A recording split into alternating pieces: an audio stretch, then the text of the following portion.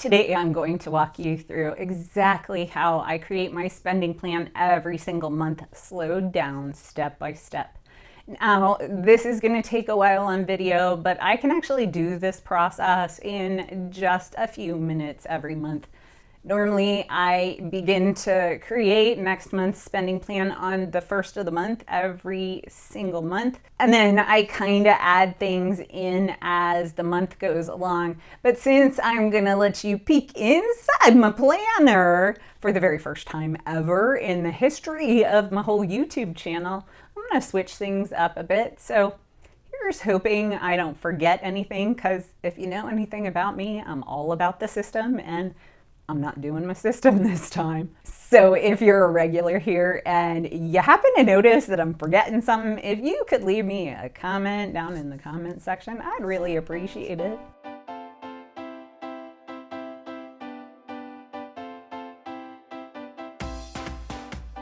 Okay guys, so I have your standard tool planner here.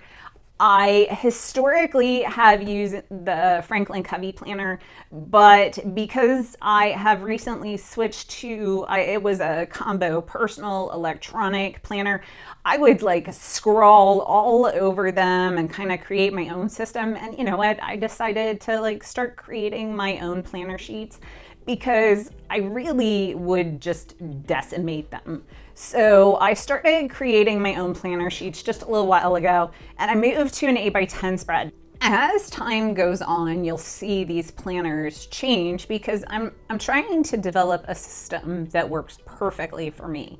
I know how my system with Franklin Covey worked, but it really was chicken scratch nastiness, and there were things that I hated about the system. And you'll notice one of the primary things that I hated is I absolutely despise writing over a coil. I mean, I absolutely despise it. So the first thing I did when adapting an 8.5 by 11 is I have it rotated both directions, because I am always now able to write with the coil at the top, which is awesome, but I think I'm going to adapt this even further. I think I can actually combine this page and this page into one, because these two are actually huge and I don't need them to be as huge as they are. Now, I will tell you that I normally do the planner and then this spreadsheet I normally do on the computer, but I can't really film that for you, so I actually had to print out my spreadsheet, and I'm gonna handwrite it,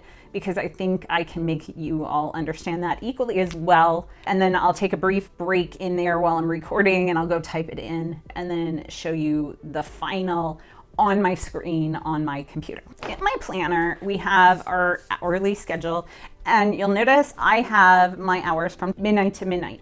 And this is one of the things that drives me crazy about planners. It is super important to me that I have every single hour of the day in my planner. One, because I like to make sure that I'm having enough time for sleep. And two, in my planners, I also sometimes get up outside of the standard hours of planners. And I know in my Franklin Covey planners, the day started at 7 o'clock in the morning. And for me, my days actually start at 4 o'clock in the morning every day. My alarm starts going off at 4 o'clock every morning, Monday through Sunday, every single day. And it irritates me about every planner that starts at 6 or 7 o'clock in the morning, because I like to have those first 2 hours scheduled on my planner. I also like to, on my planners, have 3 columns, because I have a schedule for Melina, a schedule for me, and a schedule for Mauricio. You will notice I don't generally schedule out Mauricio stuff, only if I'm trying to coordinate who's taking Melina somewhere, or if he has class, I need to make sure that I have accounted for that. And then on the other side, now I haven't filled this out, because generally this gets filled out immediately prior. In the case of the meal plan, it gets filled out the week before for the most part. The notes, they generally get filled out the day of. The bills and expenses generally get filled out as I'm making the budget. The priority task generally gets filled out first thing in the morning as I'm creating my list of things I have to get done for the day. And then my life goal and today's step to get there, that I fill out when I'm filling out my priority task. And that is part of my morning routine. So what do I do for creating my budget, which is the task at hand? I schedule out everything that I need to get done, okay? So we have, our morning routine. I write everything out on the schedule. If there's ice skating, I write the hours that we're at school, the hours that I'm going to work, the days like this, for example, the days that Mauricio needs to take Melly to school or I need to take Melly to school. Like for me, I know in February, I am taking Melly to school every Wednesday morning because Mauricio has an architecture class and he needs to leave work at around between 4 and 4:30 to get to the architecture class. And so I will be taking Melly to school so he can go to work at 6 a.m. So once I get my calendar down, my schedule down, I go through my schedule and I look and I see, oh, hey, we have an appointment with Miss W on Wednesday. So I come over here and I know every day that we have an appointment with Miss W, we're gonna have to pay her $70. So I come over here and I write this down. Now I've done this ahead of time because as you all know, I have dystonia and that's what makes my voice the way it is. But part of dystonia is a tremor. And so I am the world's slowest writer. So if I wrote all of this when I was doing it for this video, it would take like 3 hours. We also know that the days that we have ice skating lessons, we're gonna get a snack at the snack bar. Why? Because every single time we have ice skating lessons, Melina's hungry. It's a true story. No matter what snack I have with me, she wants to buy something at the snack bar. And so I generally will let her. So I try and have $5 in the budget for her to buy something at the snack bar. Also on this Wednesday, I have book club. Now with book club, because I use Audible, and while I'm talking about Audible, if you would like to get a subscription to Audible, there is a fantastic deal, which I will link down in the description box. I cannot recommend Audible highly enough. You can get a free book. I recommend trying it out. I use it for fiction, for nonfiction. I actually just finished listening to Flowers in the Attic, flashback to the days of my youth. It was so much fun to listen to that. I was gonna listen to Petals on the Wind next, but they don't have it on Audible. I was kind of sad. So I'm still looking for it to see if I can get it somewhere else. But yeah, it was super fun to listen to that book. And I can't believe I read that book when I was like 14 because oh my goodness, inappropriate. We have our book club at this adorable little local bookstore, and I like to support the bookstore because I listen to Audible. I generally try and buy either a glass of wine there or, something to eat or something. So I support them that way. And so I try and put $20 in the budget every time I have book club, which is once a month.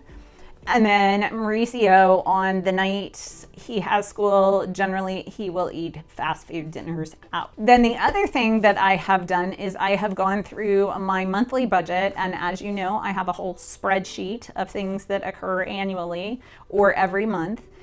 And I will overlay that here. So in my annual spreadsheet, I have everything that I spend either monthly or annually, and it's marked out by month. So if it's reoccurring every month, then it has an X in every single month. So the first thing I do is I highlight the spreadsheet and I copy and paste it to the back page. And that is my active copy. I try not to mess with the front copy.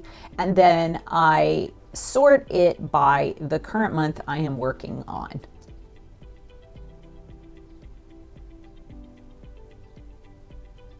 Then I go in and delete out all the items that don't actually apply to the month I'm working on.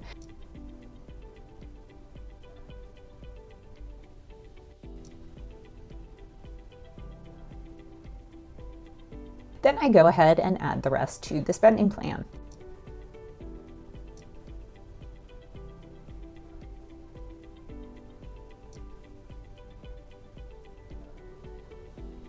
Easy peasy lemon squeezy. Melina says that.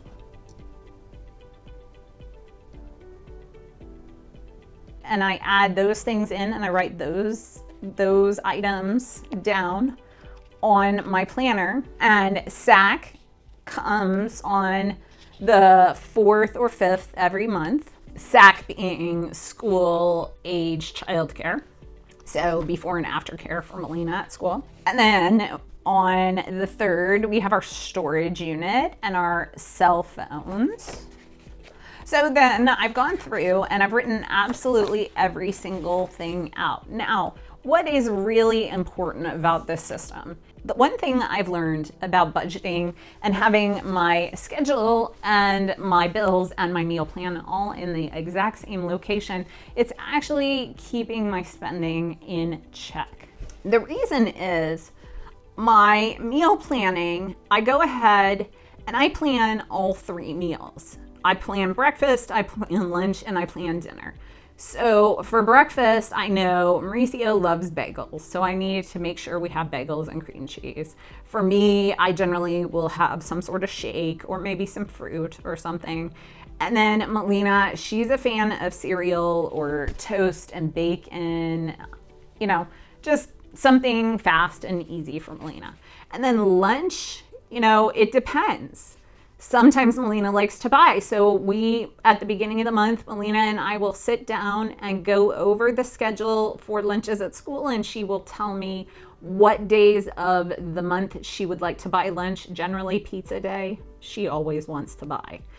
And we will let her buy, and then I will try and make her lunch as much as possible. Now, like during the month of December, she bought almost every day because I was so busy. I didn't have time to pre-prepare her lunches, but I generally try and make her lunch every single day. Same is true for Mauricio and I. We do try and restrict ourselves to once a week. And then dinner, honestly, my father does the bulk of the cooking, but when he's not cooking, for example, last semester on Tuesdays, Mauricio had class, and so sometimes it was just Melina and I if my parents were going out to dinner with friends. And so if I didn't plan something and Melina and I had something scheduled, I needed to know that I needed to put a meal out in the schedule. So by having my meal plan and my bills and my schedule, I can look at it all in one place and really estimate properly what we're going to spend on food. Now you can see on days like this, if my father were not cooking, you know, this would be a rough day coming home late. Mauricio's at school, and Mauricio is going to have been gone from the house from 6 a.m. until probably around 8:30. He's going to be hungry. So I know he's going to eat out. So I went ahead and put that in there. And Melina, she's going to be going directly from school to ice skating, likely, because I'm going to be coming from work, going straight to the school, picking her up and going straight to ice skating. And so we're going to buy a snack. If I'm smart, I will have a snack in the car, or I will have a snack in my bag.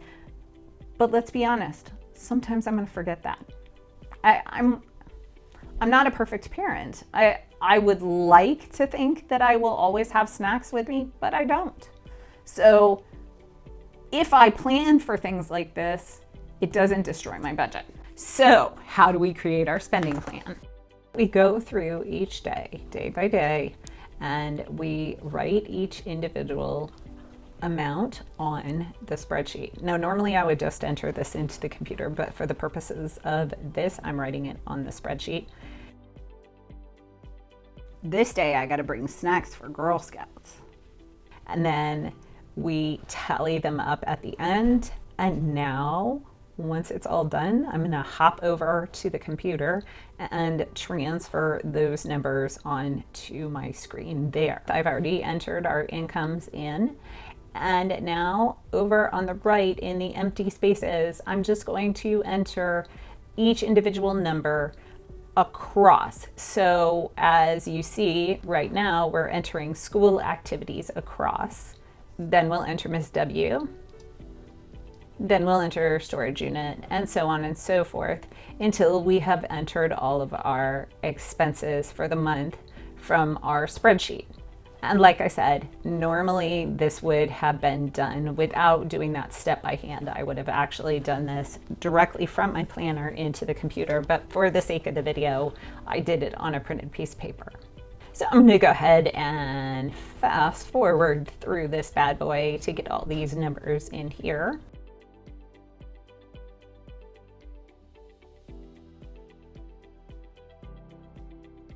So now what I'm going to do is I'm going to take those numbers in each row on the right and total them all up and add them into the planned column. Now you'll notice, for example, in groceries, I only have $125. That's because there were only 2 events that I knew I would need groceries for and had money planned for them. So the rest of it is going to be more of an approximation based on how much I normally spend at the grocery store. So I'm going to take that 125 already there and add another 300 to it. And the same goes with eating out.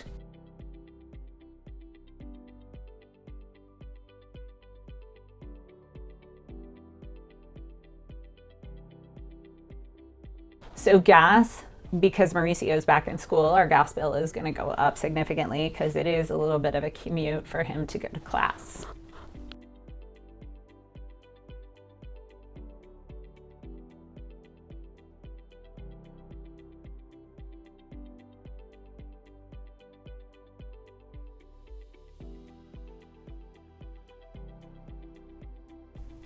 Oops, can't forget Valentine's Day.